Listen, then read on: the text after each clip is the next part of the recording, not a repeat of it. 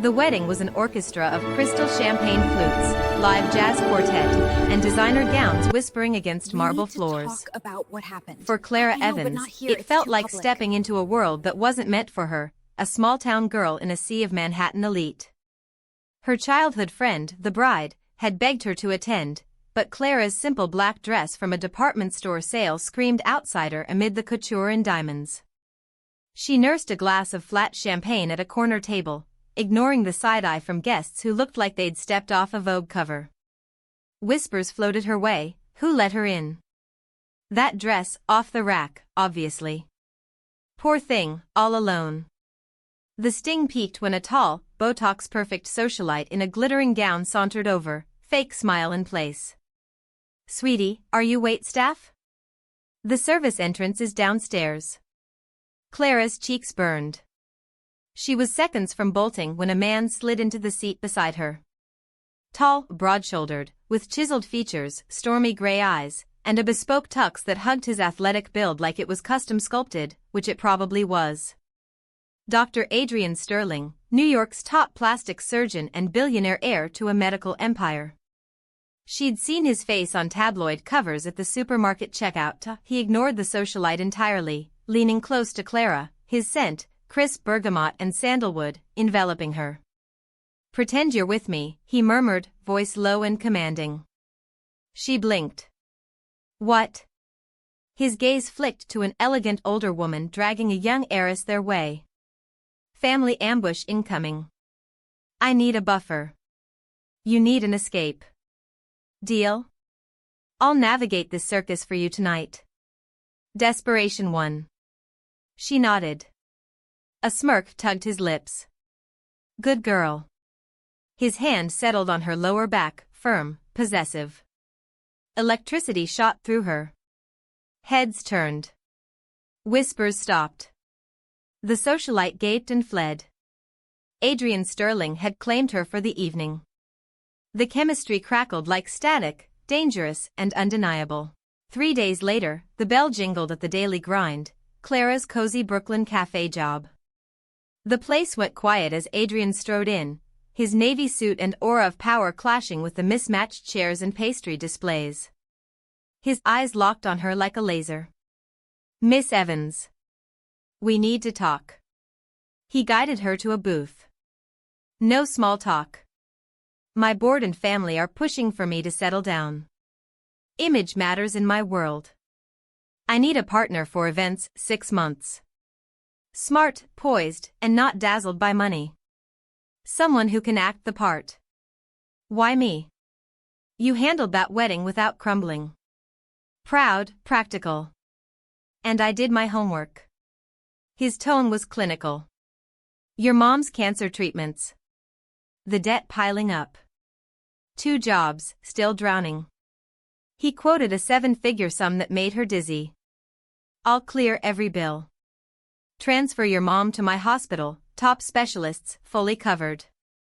In return, be my fiancé." Fake, of course. Clara's world spun. Save her mom? End the nightmare? But pretend to be engaged to this ice-cold billionaire? "I'm a surgeon. I craft perfection daily. This is just another procedure." He slid a thick contract across the table.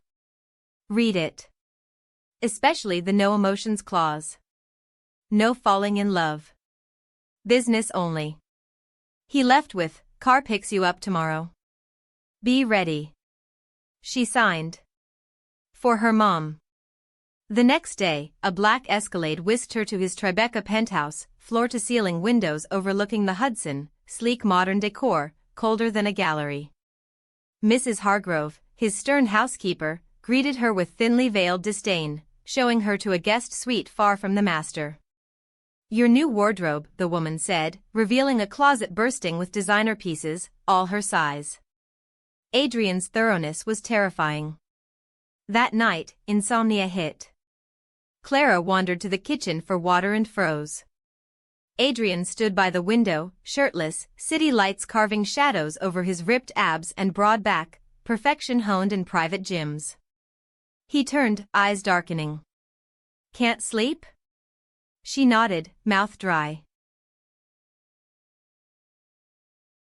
He stalked closer, caging her against the island. Heat radiated off him. Or wondering about perks off the contract? His breath grazed her ear.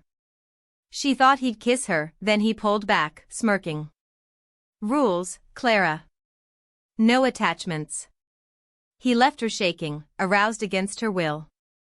Their first test, the hospital's black tie gala.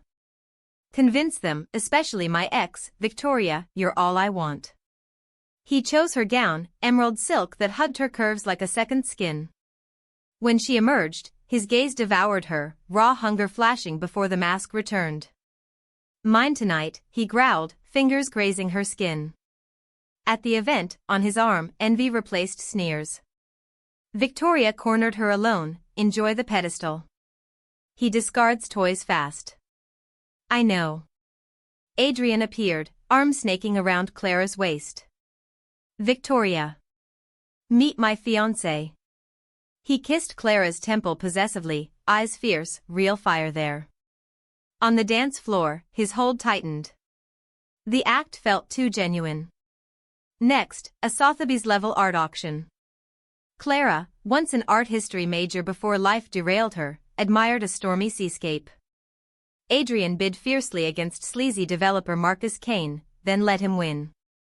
Later, Kane approached, leering. Beautiful taste.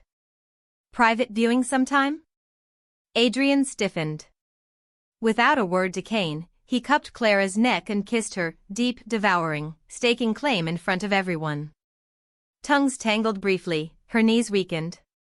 We're leaving. He dragged her out, in the elevator to the penthouse. What was that? No one disrespects what's mine. The words hung heavy, possessive, blurring lines. Weeks blurred into galas, yacht parties, board dinners. Clara transformed outwardly, poised, glamorous, but inside, turmoil grew. Adrian's touches lingered longer, a hand on her thigh under tables, brushes in hallways that ignited fires he doused with cold reminders of the rules. Her mom thrived under new care. Debt vanished. But Clara craved more than money, the man behind the mask. One stormy night.